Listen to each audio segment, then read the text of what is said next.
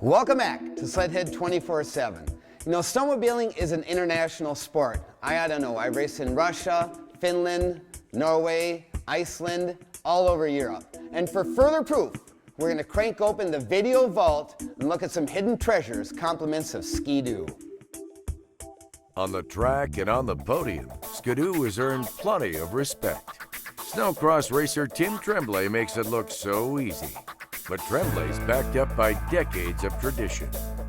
We received a rare glimpse into the racing legacy courtesy of the video archives at the Bombardier Museum in Canada. In racing, some things never change. Back in the day, fans came out no matter what the weather conditions. In the early days of the sport, you needed a reliable sled, and Ski-Doo was the logical choice back in the 60s and 70s. Racing cross-country required plenty of stamina and strength. The early suspension systems gave riders a physical pounding and left a lot to be desired in the comfort department. But when it came to running first and fast, Ski-Doo sleds left little for the competition. In the 80s, the need for speed was almost as important as the need for really big hair. Fashions changed, but Ski-Doo domination did not.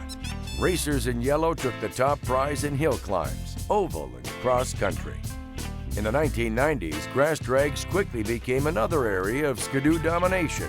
At heydays in Minnesota, a weekend crowd of about 20,000 watched Ski-Doo racers top out at speeds of up to 114 miles per hour.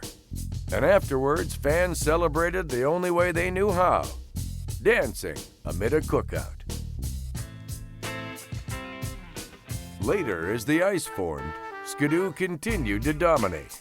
At the Eagle River Championship, Mike Houle from Minnesota raced a sled known as the Ski-Doo Purple Screamer, with the fastest lap times of the year. And who was king of the mountain? Mark Thompson became the first to take a stock sled over the top on Snow King Mountain in Jackson Hole. Ski-Doo was indeed at the summit of the hill climb game. One of the great racing stories of 1996 took place on the snowcross track at Spirit Mountain in Duluth. Tony Heikkinen, known as the Flying Finn, was in a league of his own. Racing a Ski-Doo MXZ, he easily won the 440 classes. But the former European champ was ready to take on the open class sleds with a stock 440. In the final, Heikkinen took an early lead, but suddenly fell off. He quickly jumped back on, raced and picked his way through the pack to win the Pro Open on a stock 440 Ski-Doo. It's that kind of tradition that's the foundation for Ski-Doo. The roots of great racing from a half-century ago are still on display today. Still ahead on Sledhead 24/7, time to go on tour. It's the Rush Tour from Polaris. Paul Mack and some lucky riders get some seat time on the Rush. In return, Polaris receives feedback and research that goes into the sled. What did the riders have to say?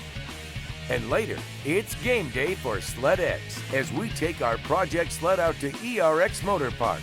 Our lucky winner gets to grab a handful of throttle. But first, Paul Mack has a mini review on a Yamaha with big features. The Yamaha XTX. You know, the power plant is incredible. It's got the 4-stroke Genesis power, the reliability we're all used to. There's virtually no maintenance to do on it.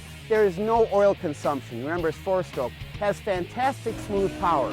And that power is delivered through the X-Up exhaust. The X-Up exhaust allows it to make more mid-range torque, build more power, give you the most incredible performance you could ever want. And what are you going to do with that performance? Handling, my friends. How do you get handling? With power steering. Now let's talk about an industry first for Yamaha. That's EPS, electronic power steering. What does that mean? You can have virtually no steering effort at low speed up to 35 miles an hour.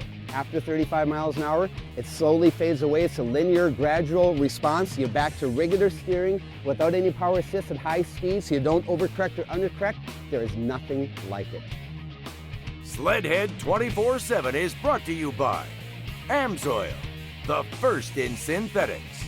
By Arctic Cat, share our passion.